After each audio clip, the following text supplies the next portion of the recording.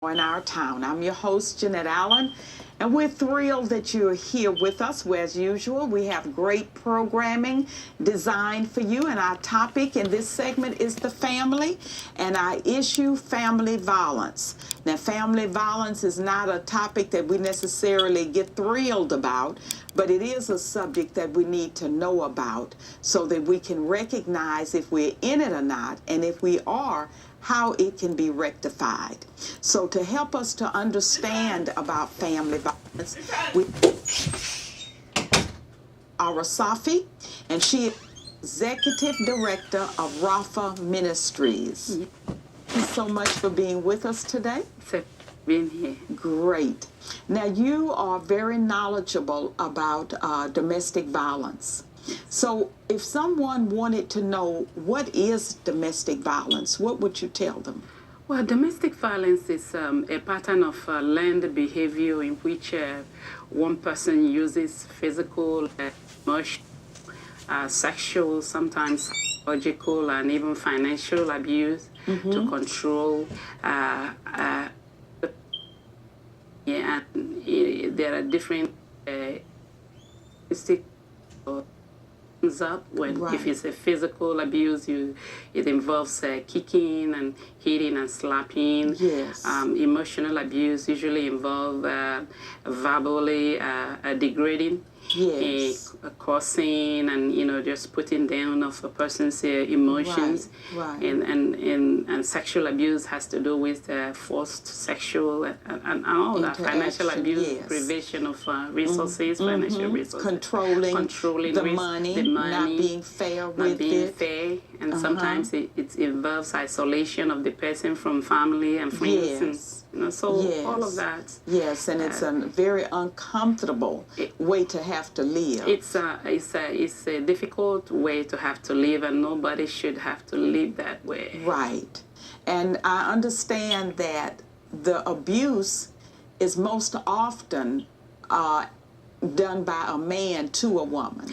Yes, 95% of abusive incidents are actually abuse of women by men. But I must emphasize the fact that men are equally abused by women. The degree and intensity varies, but 95% of abused victims are women. As a result, you hear a whole lot of emphasis on the abuse of women. But there are women that do abuse men as well, and we must have to note that some men are equally abused. Right, and men should not have to suffer that way, neither should women. They do not have to suffer. Most men suffer in silence because it's embarrassing for a man to say that a woman hits, dominating him. Yeah, dominating him. Yes.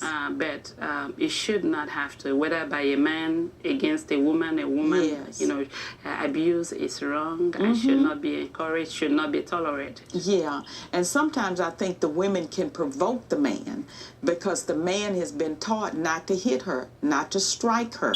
So he's determined he's not going to do that. But sometimes we can be so rude that we'll keep provoking, trying to make them do it and then blame them for doing it. Women mostly abuse verbally. Okay. Some women have the tendency to verbally abuse or degrade a man. Mouth. But I must note the fact that whether somebody someone can hunt or taunt you, but you have the ability to control yourself. Yes. So provocation is really, I should never be an excuse to abuse, to hit someone or to abuse someone else. Yes. If someone is provoking you or someone trying to cause you to act in a way that's not right, you have the choice to stay away or keep away from such a person. Exactly. Yes. Now, this abuse also has an effect on children if there are children in the family. Oh, yes. Children that are witnesses to abuse often suffer emotionally, cognitively, and sometimes even developmentally. Okay. You see some of them in school, they're not able to concentrate, their grades are failing.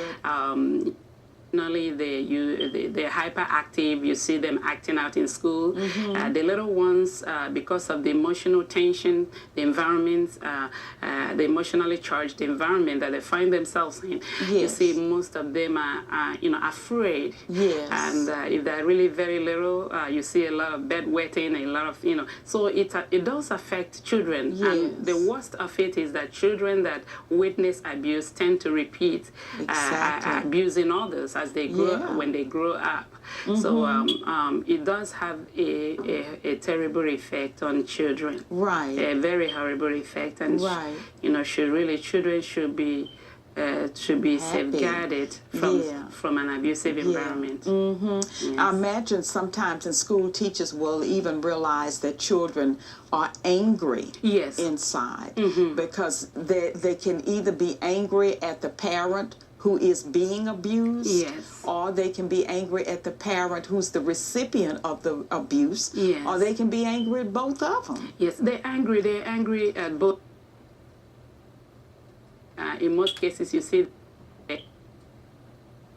they go to the principal's office, they're sent out for detention and all of that, but nobody, some schools do not really know, or teachers do not know what's going on, because abuse is often a hidden situation in families, and each child will try to keep in as much as he or she can. So they just they exhibit the symptoms, exhibit the tension by acting out, emotionally getting charged and hitting others and what have you. So it does affect children in a very negative ways. It's really bad. And it's not necessarily hereditary, but the behavior can be passed down from generation to generation because it's learned behavior. Yes, it is. It's not hereditary. It's just because it's learned. Yes.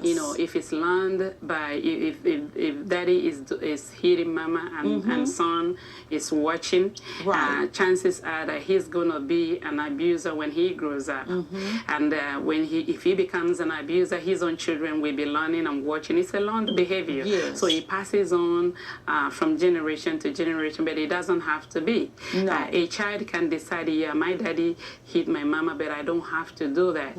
I can choose to unlearn it and to do the right thing. Exactly. Yes. Exactly. And start a whole new way of living for the future generation and a role model for others that are coming up.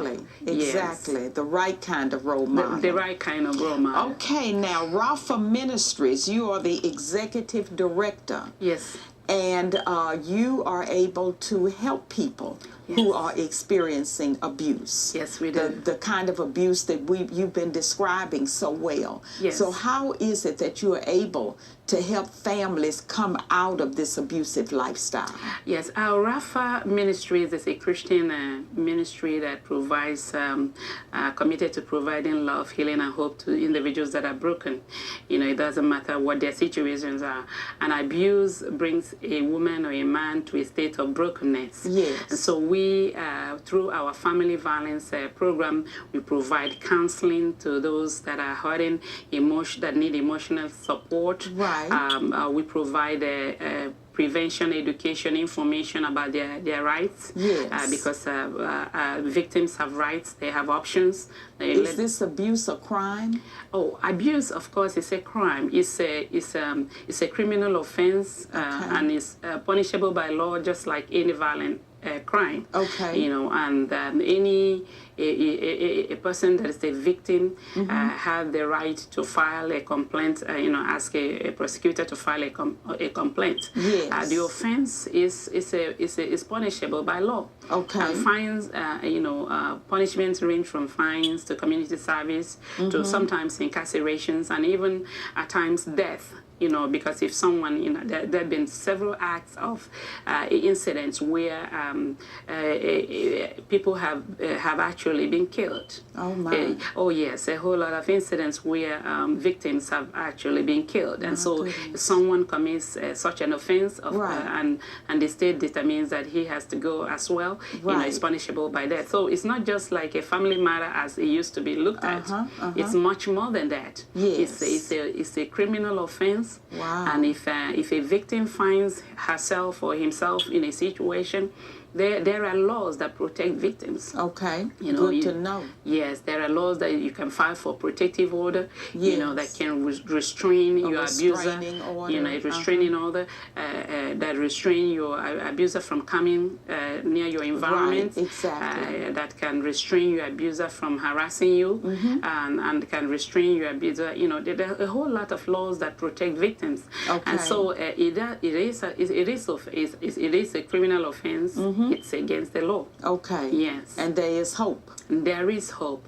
There is hope if you are a situation. Usually, victims are trapped in situations that cause them to feel hopeless. Yes. They feel there's nowhere, nobody, in most cases, nobody really know what they're going through. Right. But they need to know there is hope. Yes. They don't have to stay and live that way. They have a chance to get out and to seek help. Yes. Rafa Ministries offer help. We can offer you information if you need to get out of the situation and get shelter. You know, you can call for shelter.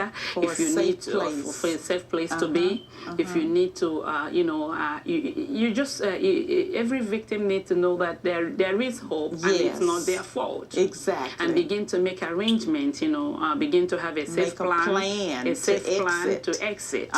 You know, you can call 911. There is a National Domestic Violence hotline, 1-800-SAFE SAFE or 7233. You can call that, and they can give you access to several organizations, agencies like ours that can provide you with the help that you need. Wonderful. I need to let viewers know how they can obtain additional information. Sure. We're learning so much from Dr. Oluchi. Thank you so much for being with us. It's been a pleasure being here. Great. And thank you, our viewers, for being with us on this segment of Joy in Our Town. I sincerely hope that you will apply this information. And if you are experiencing domestic violence, remember, there is hope.